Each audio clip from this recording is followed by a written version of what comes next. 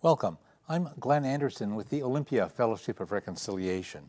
For more than 25 years, this TV program has explored a wide variety of issues related to peace, social justice, and nonviolent social change.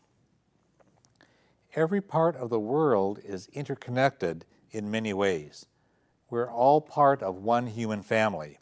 But most Americans don't know enough about Arab culture, and most Americans don't have enough friends from countries in the Arab world. If we did, we'd be more likely to have peace instead of war.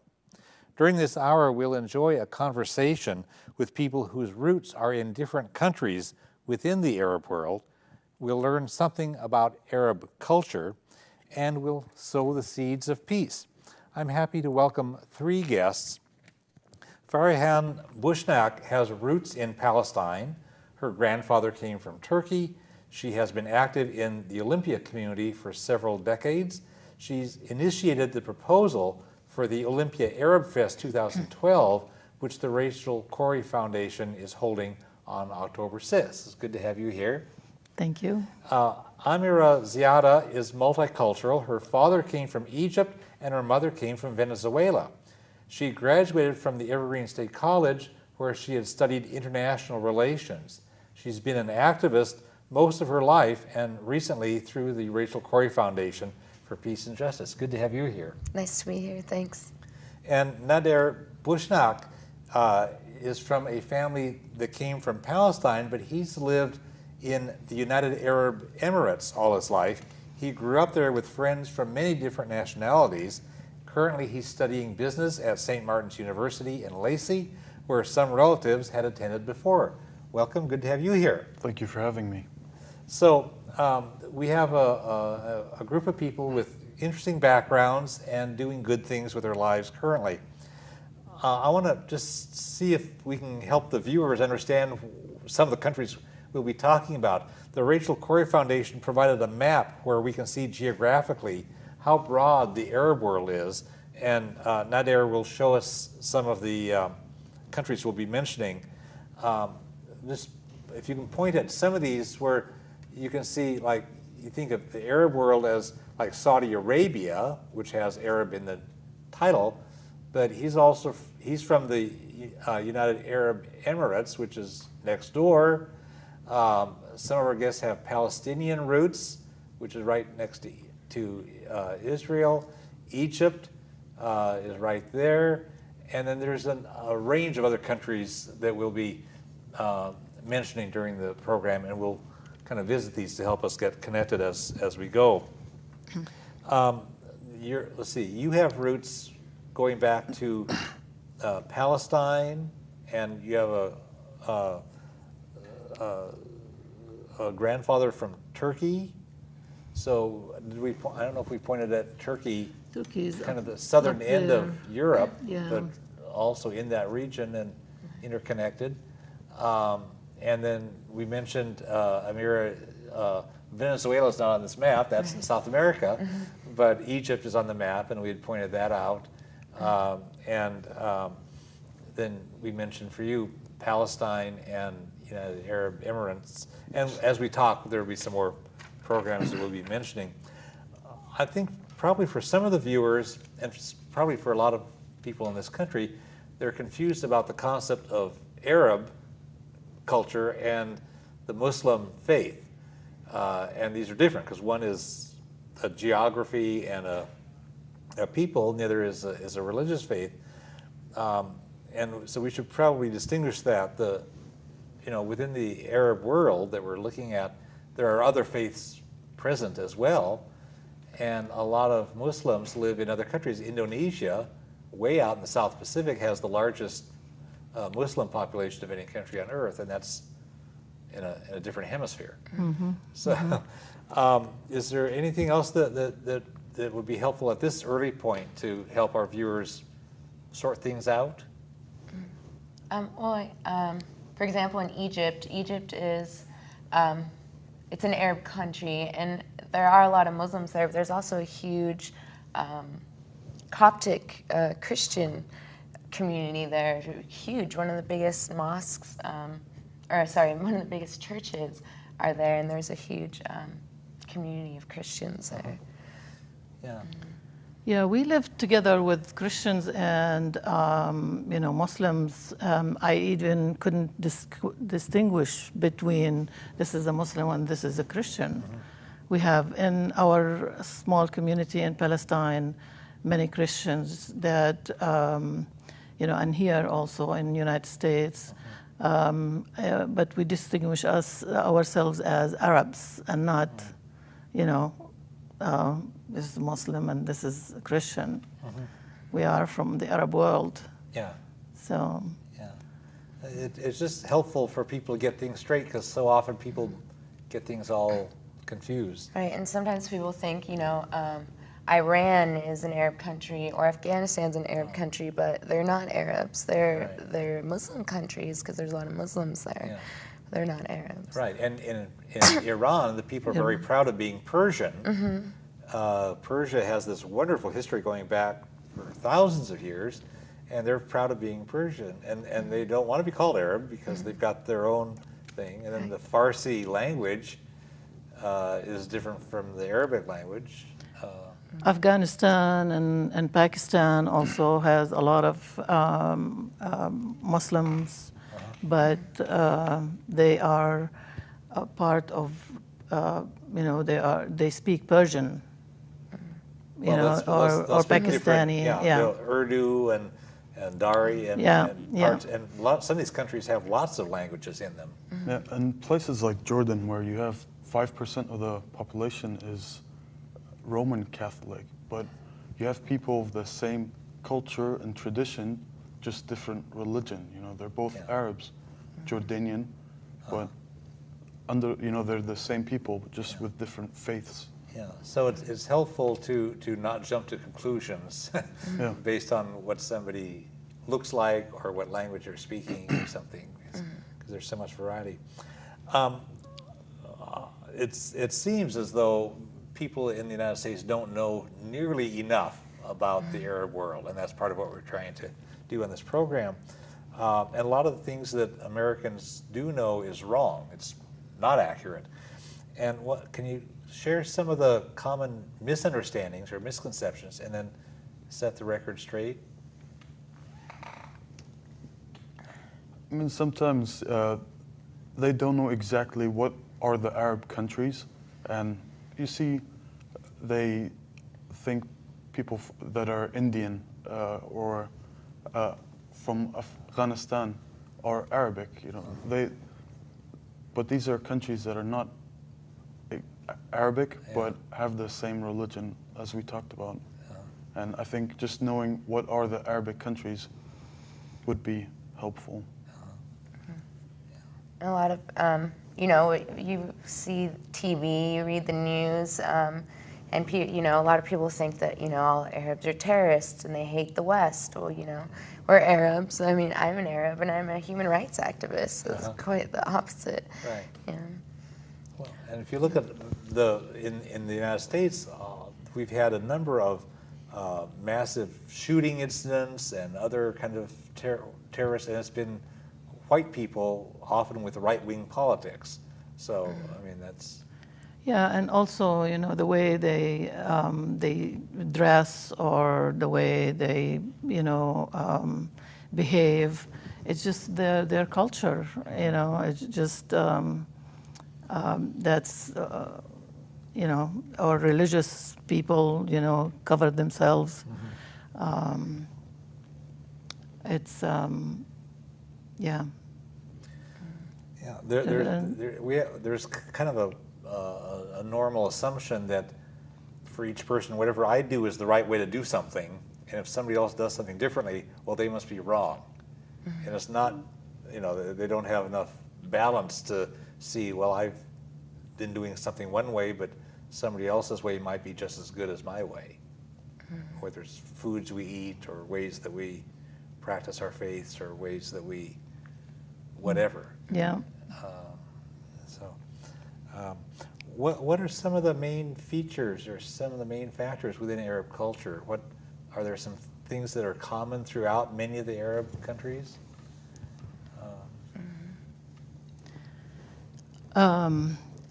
Arab people are very generous. They have they care about family a lot, and they are helpful. They help people. They have culture. They are educated. There are poetry in their culture, music and dance, and it's a beautiful, beautiful culture. They're very hospitable. They're Hospitable very, too, yes. I always, when I go to Jordan, sometimes we go out to Wadi Rum, as you can see in some of the pictures, hiking, and you see these Bedouins living in tents, and they always come to talk to you and get to know you, and they're interested in seeing new people, but they always offer you coffee, even if you say no because you're trying to be polite, but they really want you to, stop by, have a coffee, make sure you're doing well. Yeah. So they have that, very hospitable, and it's in all of the Arabic countries. I see. And they're very social and very cheerful a lot of times. They're always love to laugh and talk to you, and like you said, share a cup of coffee, and it's really friendly. They're very friendly. Yeah, which is different from what you would think if you just read United States newspapers or heard U.S. politicians or something.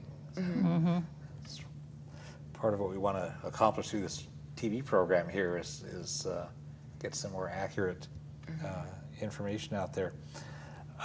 There's some aspects of Arab culture that most people in this country aren't aware of. I mean, it's like they invented the zero and algebra, and there's some other scientific advances that go back that we don't realize because they're part of our current lifestyle with algebra and zeros and science. And there is a program on the Arab program on the festival that will point that 1001 about the Arab background and science. Good, yeah. And that'll be the October 6th thing. It's October 6th. Some of the people watching this program, if you're watching this early in October, they'll be able to attend, and Yes. if otherwise they will have missed it, but there'll be probably ways of catching up afterwards. Everybody's welcome Yes. to share that. We've got this large geographic expanse, but yet within the Arab world, there are some differences between the countries and the peoples, partly because of historical reasons. Like Algeria, toward the western end of this, used to be a French colony, so there's a heavy French language and French aspect to it, whereas others don't have that. Are there some other differences you think are worth highlighting? I think some of the countries have different dialects. Even neighboring countries, you see them, even if it's a little bit off, some of the letters are said a little different, but they're always able to communicate with each other, even though it's a different dialect. But the language is using the same letters and such. Yeah. And it's important to note that there's 22 different Arab countries, and like you said, it's true. Egypt has a different dialect than almost all the other Arab countries, and it's interesting. Like in school, I was trying to take Arabic classes. I grew up learning Egyptian Arabic, so it's kind of like, that's not how you say that, But it's all really similar. And in Egypt, there's like a big Spanish population from Spain. I imagine a lot of other countries it's like that. There's some huge diversity in those Arab countries as well. They all have the Arabic language, the High Arabic language, that is the Quran written, in High Arabic. Everybody understands each other when they talk High Arabic. Okay. In books, reading the books, or the Quran, or that's in High Arabic. But the dialects, are different. Yeah, for ordinary spoken conversation, Right. like if I'm over at your house and we're talking, or if we're in the marketplace or something. Like Syria, Jordan, Palestine are really close in their language. Egypt too, but they use some words that we don't know about it, and vice versa. North Africa is harder to understand their language, their dialects, but we can pick up some words that they would, talk about. Let's find out some more about each of you as a person, what your own geographic roots are, family roots, and then some of your experiences. You come out of Palestinian roots. Your grandfather had come from Turkey. Was he just living there, or was he more Turkish? He was Turkish, but that was a long time ago. I don't know him either. And I've never met him. That's my mother's father. But we, like the family, our family, Bushna, came from Yugoslavia about 1,300 years. So they went from Yugoslavia, immigrated to Palestine. And then they lived in Palestine from 1800 on to 48. And then you were born in the West Bank, in the occupied territories? I was born in the West Bank, in Jenin, and lived there till I was graduated from high school. I went to Germany for 3 years. I studied there, lab technician, and then I got married and came 74 to United States, to Olympia here. Yeah, you've been around a long time and active, doing lots of good things. Yes, yes. Including working in your profession as medical assistant? I went to SPSCC and graduated a medical assistant. Worked for 20 years with Westcare Clinic, and I just 2 years ago I had to quit, retired. And you've been working pretty much from the beginning with the Rachel Corrie Foundation. Yes, we support them, fully, whatever they do, and we appreciate everything they do for the Palestinians and the Arab world. It's just a great ambassador for the Palestinians. Yes. And I've enjoyed talking with your husband on a number of occasions. He's such a sweet person to talk with. Thank you. And so good, and he has good politics too. So it's always fun to connect with you and Assad. Thank you. You came up with the idea for having the Rachel Corrie Foundation organize this Olympia Arab Fest 2012 that comes up on October 12. What was behind it? What caused you to pursue that? In Seattle, there are a lot of Arab community there, and they wanted to highlight the Arab culture, and they started 1999 to do their Arab festival. And we've been, going every couple of years. They do it every couple of years, and they do a really good job, which is in Seattle, at Seattle Center. And so I was fascinated, and I said, why not in Olympia?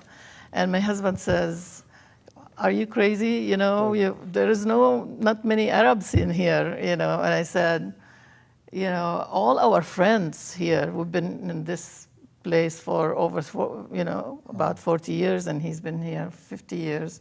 So we accumulated a lot of friends, and they are our family. you know, so, or extended family. So,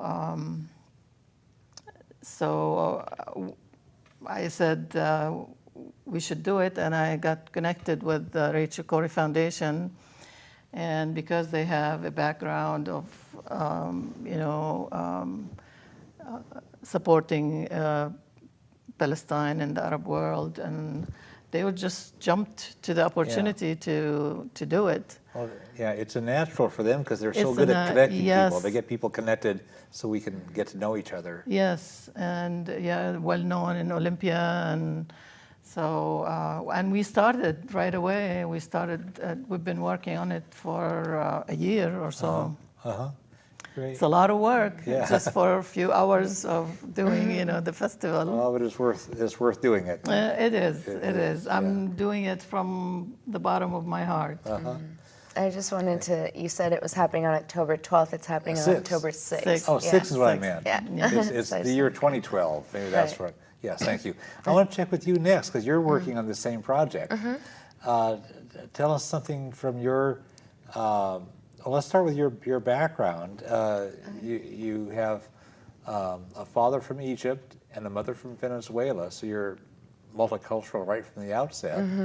And what can you tell us about having roots that are so diverse? Yeah, so I was born in Venezuela, but my parents had been living in the United States for several years and had become citizens, so I was born a citizen. But I grew up in the United States. And it's interesting because my dad's Egyptian, my mother's Venezuelan, and my dad spoke Arabic, my mom spoke Spanish, but they spoke to each other in English. So in the house we spoke to each other in English, but I had my mom teaching me Spanish and my dad teaching me Arabic, so it was like I was speaking 3 different languages in the house growing up. I'm the youngest though, so I didn't pick up, Arabic and Spanish as well as my older brothers and sisters, but yeah, I definitely learned it there. And it was interesting. Holidays, my dad was raised a Muslim, my mother grew up a Catholic, so we celebrated Christmas and we celebrated Eid and Ramadan and Easter and all the different holidays. It was really fun. And you've been back to Egypt a number of times? Yeah, I used to go every other summer when I was in grade school, and we would go for 3 months at a time. And I've probably been about 10 times. The last time I was there was 2005, or 5 years ago. Anyways. 2007? 2007. Something like that? Huh. And so you're kind of able to keep in touch with what it's like to be Egyptian because you're there for enough block of time and you would have some roots. Right, yeah, and all my parents are, well, my dad has a sister that is now living in California, but my parents are the only immigrants from their families out of their countries, so all my cousins, aunts, uncles, on my dad's side are in Egypt, and all my cousins, aunts, uncles on my mom's side in Venezuela, and I keep in touch with them, so yes. Well, that's a handy way because if you go visit somebody, you got a free place to stay. Right, yeah. And lots of good food no matter where you go. You went to the Evergreen State College, and then at that time you were interning with the Rachel Corrie Foundation? Yeah, so my second year at the Evergreen State College, I took a class and we had to do some sort of statistical project involving a nonprofit organization. So I got involved. I heard about Rachel Corrie Foundation just through being a student at Evergreen, and I was really interested in getting involved with them because I was studying international relations with emphasis in the Middle East. So I got involved with them doing a statistical analysis of their fundraising efforts, and stayed involved with them through my next course, which was half internship, half classwork, and it was a social justice course. So I stayed involved with them, did a lot of work with BDS and planning some events. Boycott, divestment, and sanctions movement, and I think we'll talk about that a little later. Well, why don't we mention it right now then? Okay. So, what is that movement, and what are they trying to accomplish? So in 2005, Palestinian civil society got together over 700 different organizations and put out a call to the international community to boycott, divest, and sanction against the government of Israel to help encourage them to change their policies against the Palestinian people. The movement is growing. It's grown a lot faster outside of the United States, but it is growing here. And the call is, there's 3 requirements to end the boycott.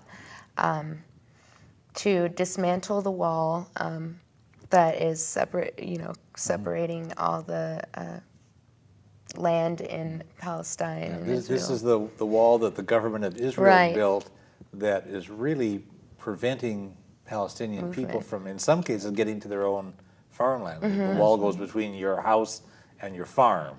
Right. Or it prevents you from getting to your job or school or getting to the doctor's office or whatever. Exactly, so it's a very brutal wall. And to recognize and respect the right for refugees to return back to Palestine. And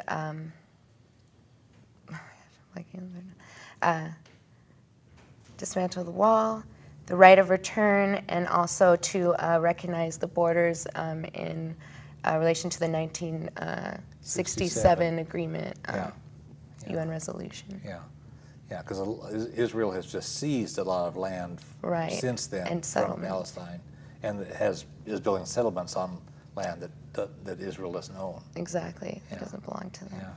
So the boycott, divestment, and sanctions movement is designed to apply economic pressure then, so that the government of Israel would have to accommodate to change their policies. Yeah, and economic sanctions or economic boycotts and divestment movements had worked very well in South Africa when the South African government some years ago, which was a tiny white minority ruling over a lot of black people, had business connections that were vulnerable to boycotts and divestment. So a number of U.S. companies and a lot of college campuses refused to deal with businesses that dealt with South Africa, and a lot of U.S. companies got pressured by their stockholders and others to get out and stop supporting that apartheid regime. Yeah, so I did that kind of work with them and stayed involved with the Rachel Corrie Foundation after I graduated in 2010 for a year. I moved to Australia all of 2011, and now I came back and I just got hired in June to work on the Arab Festival. Okay, and so what are you doing to help organize this October 6th event? I am leading a few of the projects. I am working on the programming, so getting performers, dancers, I'm also helping with the logistics of the main event. I'm helping plan our mural cafe and hookah lounge. So it'll be an outdoor cafe. Happening at the Olympia Rafa Solidarity mural. It'll be Friday and Saturday night. So that's right downtown. Yeah. Near Capitol Way and State. On the corner of State and Capitol. Yeah, nice. Yeah, and just a few other things like that, planning the headlining evening event as well. Great. Let's connect with you to get something of your background. You've got an interesting background. You have some multicultural things going back from your grandparents. Tell us your roots. Well, I'll start off with my father's family's their roots are from Palestine, but my parents and my father's parents have lived in the United Arab Emirates all their lives. And my mother's family, my grandfather from my mother's side is Jordanian, and my grandmother is Bosnian, and they currently live in Jordan. Yeah, and Bosnia was part of Yugoslavia. Exactly. So that would have been sort of the southern part, middle to the southern part of, just off the map, just north of the map. Yeah, so more geographic spread. Yeah, but I've been raised all my life in the United Arab Emirates, so it is home to me. Yeah, and there's some, the United Arab Emirates formed really in, what, 1971? Yeah. From, is it 7 different? 7 emirates, so every emirate has a ruler, It's like a federation. So every ruler rules his emirate, or state is another word for emirate. And they have one president that they have one federal law and one president that rules all the 7 emirates. And I did some background reading, and it was interesting how they've been able to work things. Tell us some more about their how they've evolved, how your country has evolved in the last 40 years. Well, they found the natural resource of crude oil under the United Arab Emirates. So they've used that to gain revenues, exporting to other countries that need this oil. And it is government-owned oil, so there are no private entities, there's no competition, there's no price changes, there's no budget cuts. So the government uses the sale of all this oil to generate income into the country. And with that income, they build other projects and streets, roads, buildings. The world's tallest building, right? Yes, actually, in Dubai. Yeah, and then huge airports. And, And they're still working on that. So as we were talking on the phone, and you were describing how it became multicultural with so much construction going on and workers coming from a bunch of other countries, India and Pakistan and a bunch of places. Well, only the population, 18% of the population is only local, Emirati. And you have all other foreigners coming to the United Arab Emirates. The same reason why people come to the US, because they want a better life. They want to prosper financially. So they see these opportunities of a growing country in the Emirates. And they move there with their families and find good work. There's no taxes, so it does have its benefits for foreigners. It does look appealing. So, but you grow up with people from different backgrounds, 72% from other countries. So, every resident knows an Arab, Pakistani, an Indian, an American, South African, British, Irish, and so forth. Yeah. So you went to school with people from lots of places. You went to a private school? I did. And there are, about half the schools there are private? Is that right? Yeah, there are a lot of private schools. Because the population is so diverse, there are different needs for people. Some there are British schools, there are American schools, there are Indian schools and such, but it's to keep the same system, because Americans living in the UAE would want their children to have, the principles and the background of an American school, what the American knowledge. So these schools do offer that for foreigners. But you do grow up with a lot of people from different cultures and countries all going to the same school. So it's interesting. You learn a little bit about every country. Yeah, and then you end up we talked on the phone to prepare for the program, and you talked about how people learn to get along with everybody. Oh yeah. And which is something it seems really special. Yeah, it's the intercultural competency. People know how to talk to one another from different backgrounds and languages. You speak to friends in English, even though I'm Arabic and he's Italian, but we communicate in English, and we know a little bit about each other. I don't need to know too many details about Italy, but it creates that sense of how to approach another person from a different background. And you said movie theaters would show films from the different countries? Yeah, you have the regular Hollywood movies, and then they try to promote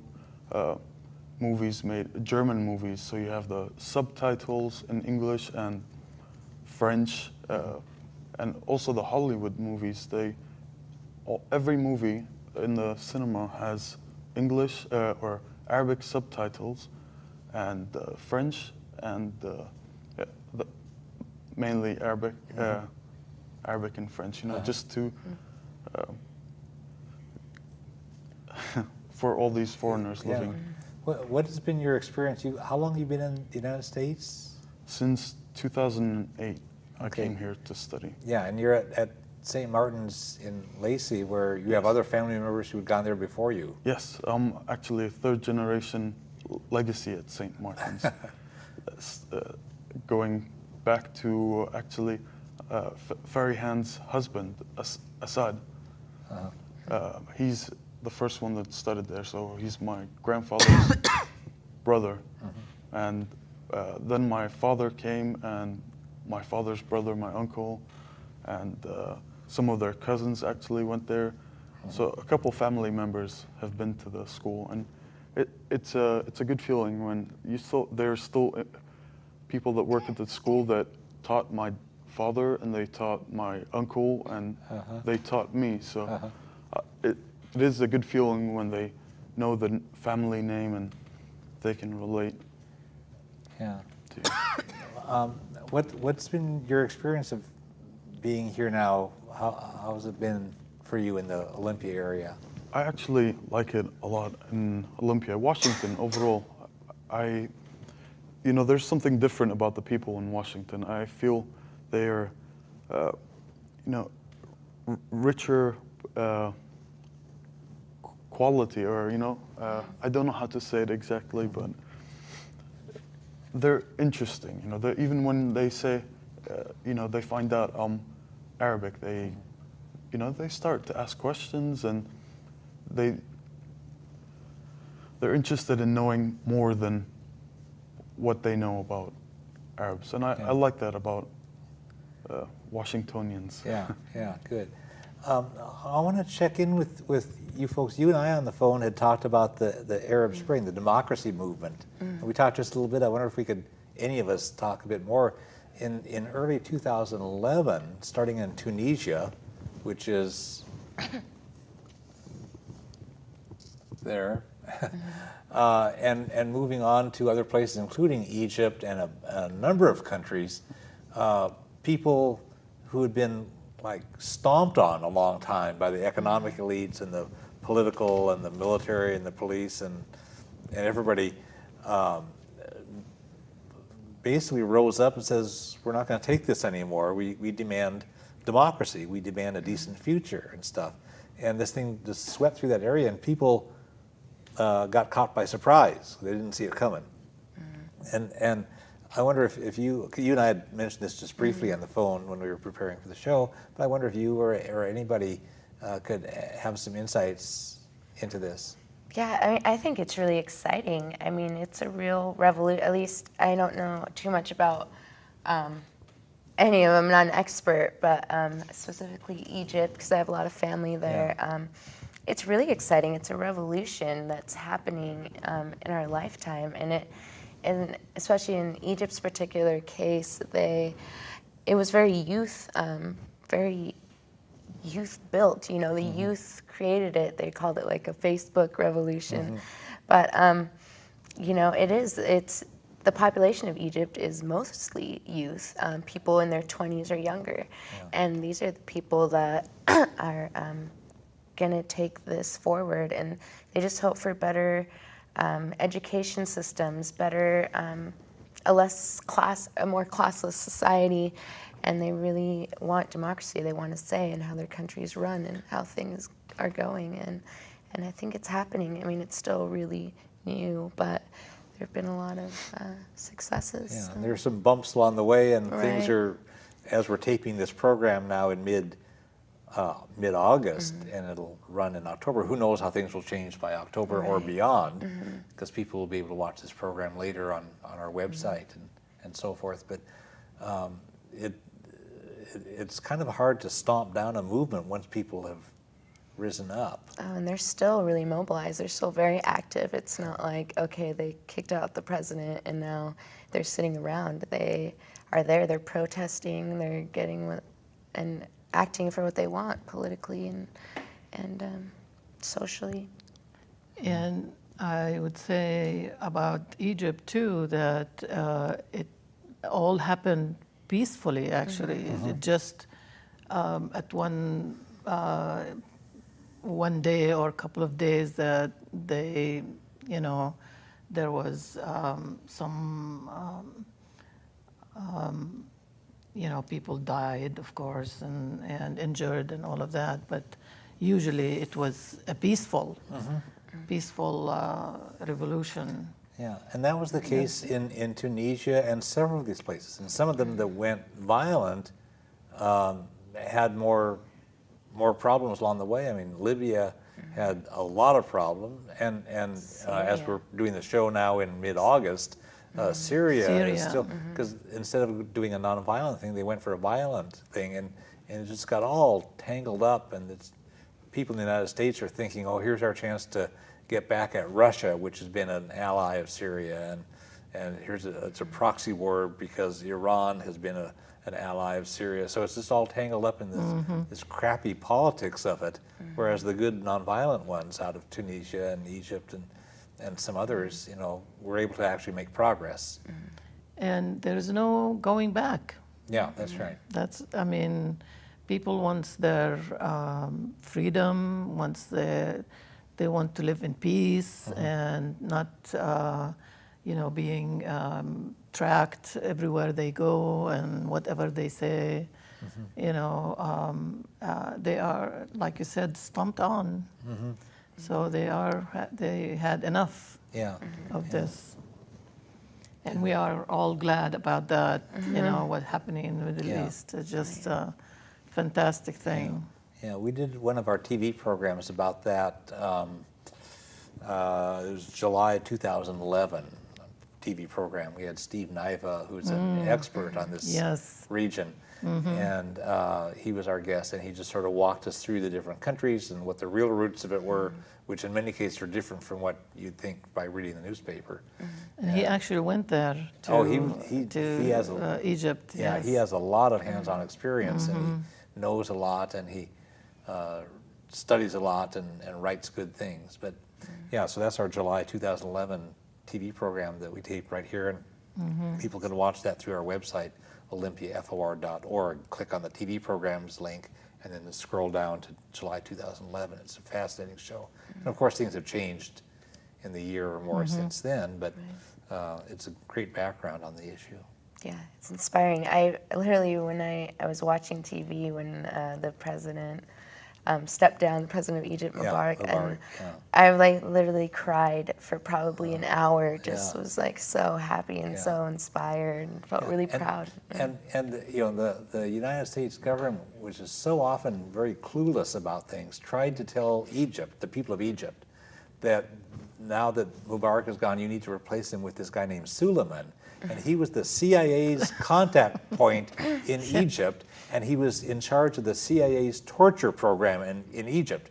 And Obama and Hillary Clinton thought that they could tell the Egyptian people to get this CIA stooge to be their new person. I mean, how clueless are the politicians in this country if they think they can, after people have won some freedom.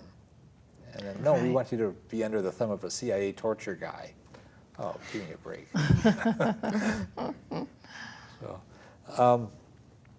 One of the fun things about this program is being able to talk about the various roots, and in this country, which probably is better known than any country as a nation of immigrants. I mean, the Indians who came here over 10,000 years ago apparently came across the land bridge that connected Siberia and Alaska, and then came down. That's what the anthropologists told us happened, and that was more than 10,000 years ago. And everybody else came here in various ways and in various conditions, some against their will from Africa during the slave era.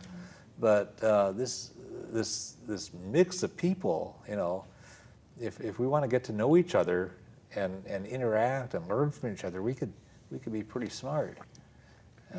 But it's interesting to see. And then some people, when I was young, people kept referring to this as a melting pot, as if what you're supposed to do is once you get here, leave your old country behind, leave your old culture behind, leave your old language behind, and just be in the mix of a melting pot. And in the subsequent decades, people have said, no, we're better off with this rich diversity, so that That's right. we keep our some of our language, and we keep some of our food, and we keep some of our culture and our religions and our other ways, and then we become diverse and They used to change the names too. Yes. You know, the Italian names that they couldn't, Yeah. pronounce.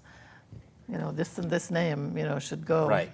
Yeah, and the people that they came early on, they would, forget actually about their culture, and so they will melt with the Americans, but then the kids try to bring back their culture too. Yeah, sometimes there's like a sense of shame if you have an accent from the old country, or if your parents or your grandparents still, spoke or acted or cooked like the old country. And I think people now are appreciating our different heritage more than they did like when I was young, and before that, because there was pressure on people. Yeah. And it's a good idea to take the good things from both cultures and put them together, and take the best out of the two, and live your life that way. When the United States was setting up Indian reservations, and they were pushing the Indians there, and they would make the Indian kids learn English, and they would actually punish them for speaking the old language. And now a lot of those old Indian languages have died out, and in some cases it's only a few people that still know them, the older people, but they're trying to revive, in some cases they're trying to revive the ones that still could come back. And they used to take them to schools, take them from their families and put them in schools. Right, right. So is there anything else you want to say about this multicultural appreciation that we share?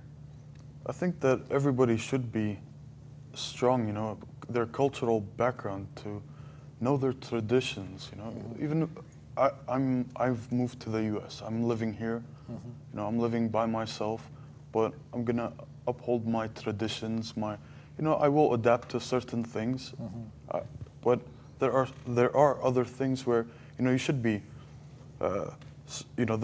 be proud. Like, this is the way we do things, in my religion. Or I'm gonna have Arabic coffee for breakfast, even though it's very strong, Or dates, for example. My grandmother sent me some dates, in a little container. But I have dates every day, 3 dates. That's one of the things that you grow as an agricultural product. Yeah, exactly. It was always at my grandmother's house. She'd always offer us dates when we came over. And even though I am moved to the U.S., I am still tied to my culture and tradition. Years ago, somebody told me about flying from Japan to the United States. Somebody from Seattle was flying back to Seattle from Japan, and was seated behind a couple of secretaries from Seattle, just observing from the conversation, And these young women had gone to Japan just for the weekend, just to kind of check out this place. They were all secretaries, apparently, from the conversation, and they were complaining on the way back from Japan that nobody in Japan knew how to make a good hamburger. It's like, whoa, come on, you're in some other country. Enjoy their food. That's one thing I was thinking about, actually, the other day. I was at Hans Burger in Lacey. Oh, yeah. And I was looking at the menu. It's that no other place in the world will you find, wings, buffalo wings next to chicken teriyaki, and different types of things all in one place where you can find, Let's talk some more about the October 6th event that you folks are working on, the Olympia Arab Fest 2012. What would somebody discover if they go there? What would they find? You mentioned a couple things. Tell us some more about be able to enjoy? Either one of you. Okay. You can go first. We have a host of things, to offer at the Arab Festival, and we've been working really hard of bringing a lot of performers to the stage. And this is all at the Olympia Center, At the Olympia downtown Center, Olympia, downtown. 222 Columbia Northwest. That's right. So just north of State. And there's going to be music, Arabic music, and dance, and dabke, which is folklore dance from Palestine and from Lebanon, and daoud, the instrument that they use in Middle East. There are going to be a fashion show of different countries, that we can have or get. There are going to be vendors from Egypt and Palestine, Morocco, and Sudan and Somalia. Okay. They have things to sell to and show. And also children's corner, we had just a meeting today about what to do with the children there. We wanted to be involved too. Yeah. We will have food, all kinds of food to purchase for lunch. And then we will have a cafe at the mural, which is Arabic coffee and sweets. Yeah, and that's the mural that you mentioned. It's Yes. on. It's painted on the north side of the labor building. Yeah, there. the Brotherhood. Yeah, the Brotherhood Tavern. People Yeah. might know that. Yeah, but right on State and Capitol Way, and in the upper right corner of that mural, which is a tree with lots of leaves on it, and up in the upper right corner is a blue leaf with a white dove on it. That's the Olympia FOI. Fellowship of Reconciliation. That's right. Yeah. And there also there's there'll be a hookah lounge too, where you can smoke shisha in that cafe. There's also an evening headlining event. We have a comedian right now, and we're planning on getting a few others, performers. And we're on Saturday. There's going to be Arab films playing at the Olympia Film Society as well. Yeah, so it's really an all-weekend event. Yeah, and something for everybody then. Yeah. Kids and people who like films and people who want to Exactly. get some good Like coffee comedy and people who all like the good stuff. Yeah. Wonderful things. I want to put in a plug for the Rachel Corrie Foundation, which has been doing such good work for about a decade now. Yes. And I used to, Rachel Corrie was a good friend of mine, and we collaborated. We worked together on several projects, and she was just a delight to work with.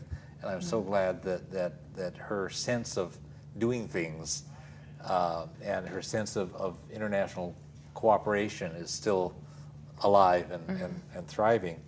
And people can get more information at www.rachelcorriefoundation.org. It's a great organization, and it certainly deserves our support.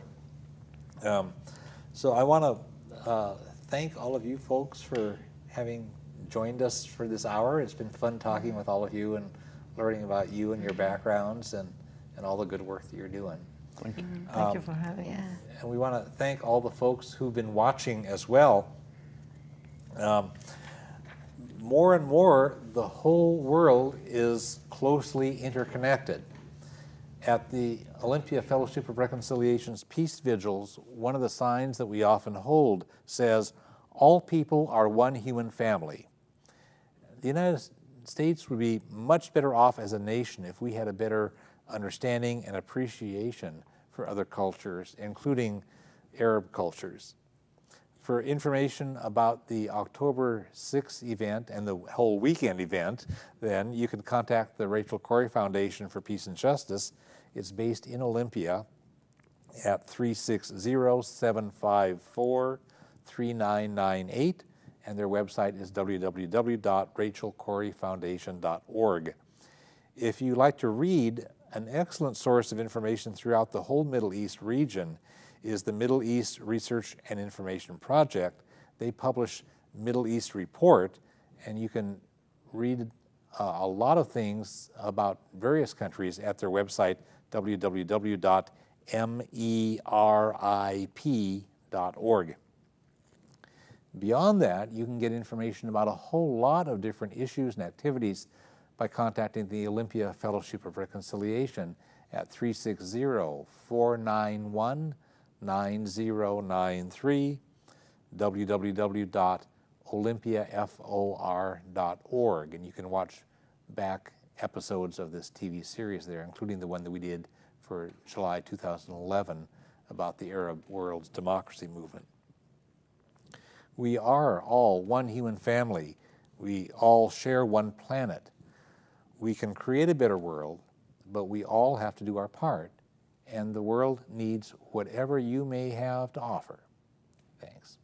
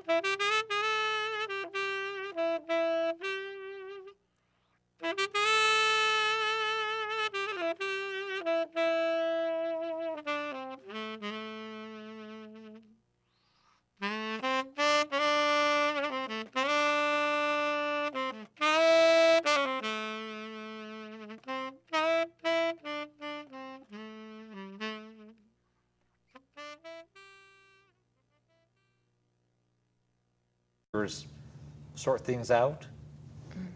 For example, in Egypt, Egypt is, it's an Arab country, and there are a lot of Muslims there, but there's also a huge Coptic Christian community there, huge. One of the biggest mosques, one of the biggest churches are there, and there's a huge community of Christians there. Yeah. Yeah, we lived together with Christians and Muslims. I even couldn't distinguish between this is a Muslim and this is a Christian. We have in our small community in Palestine many Christians that and here also in the United States. But we distinguish ourselves as Arabs and not, this is Muslim and this is Christian. We are from the Arab world. Yeah. So. Yeah. It's just helpful for people to get things straight, because so often people get things all confused. Right, and sometimes people think, Iran is an Arab country or Afghanistan's an Arab country, but they're not Arabs. They're Muslim countries because there's a lot of Muslims there. Yeah. They're not Arabs. Right, and in Iran, the people are very proud of being Persian. Persia has this wonderful history going back for thousands of years, and they're proud of being Persian, and they don't want to be called Arab because they've got their own thing. And then the Farsi language is different from the Arabic language. Afghanistan and Pakistan also has a lot of Muslims, but they are a part of, they speak Persian, or Pakistani. Yeah. Urdu and Dari and parts, and some of these countries have lots of languages in them. Yeah, and places like family. But most Americans don't know enough about Arab culture, and most Americans don't have enough friends from countries in the Arab world.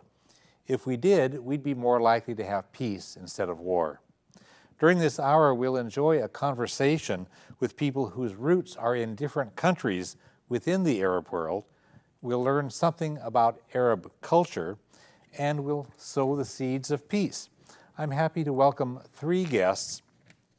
Farihan Bushnak has roots in Palestine. Her grandfather came from Turkey. She has been active in the Olympia community for several decades. She's initiated the proposal for the Olympia Arab Fest 2012, which the Rachel Corrie Foundation is holding on October 6th. It's good to have you here. Thank you. Amira Ziada is multicultural. Her father came from Egypt and her mother came from Venezuela. She graduated from the Evergreen State College, where she had studied international relations. She's been an activist most of her life, and recently through the Rachel Corrie Foundation for Peace and Justice. Good to have you here. Nice to be here, thanks. And Nadia Bushnak is from a family that came from Palestine, but he's lived in the United Arab Emirates all his life. He grew up there with friends from many different nationalities. Currently, he's studying business at St. Martin's University in Lacey, where some relatives had attended before. Welcome, good to have you here. Thank you for having me. So we have a group of people with interesting backgrounds and doing good things with their lives currently. I want to just see if we can help the viewers understand some of the countries we'll be talking about. The Rachel Corrie Foundation provided a map where we can see geographically how broad the Arab world is, and Nadia will show us some of the countries we'll be mentioning. Just, if you can point at some of these where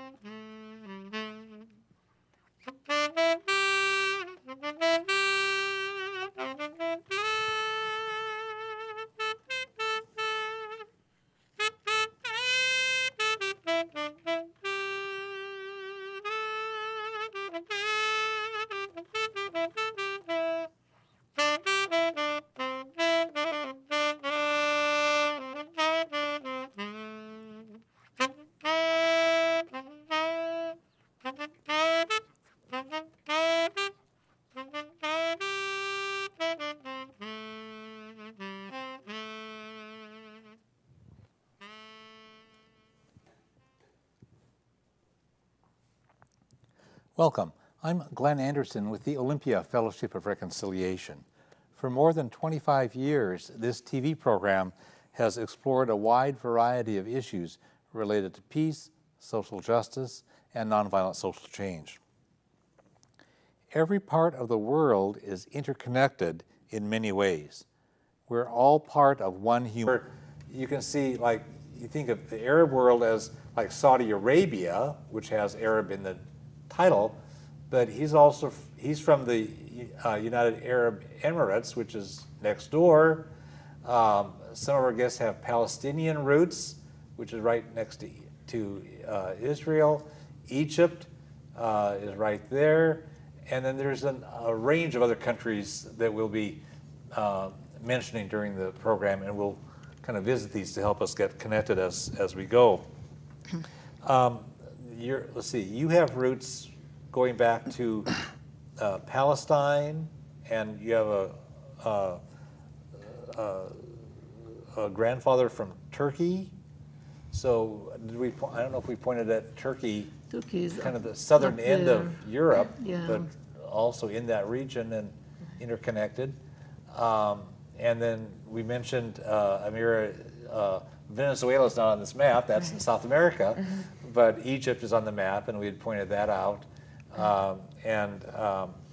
Then we mentioned for you Palestine and the Arab Emirates. And as we talk, there will be some more programs that we'll be mentioning.